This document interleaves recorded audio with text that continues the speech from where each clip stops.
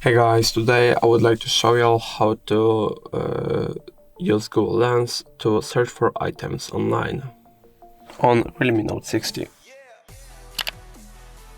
So firstly, go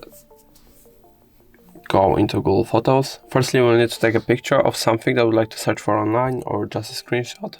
I already took one, so it won't be a problem for me. Now I would like to search for this plant online, so I'll have to go into the picture and now tap on Lens at the bottom. And as you can see, the results are pretty accurate.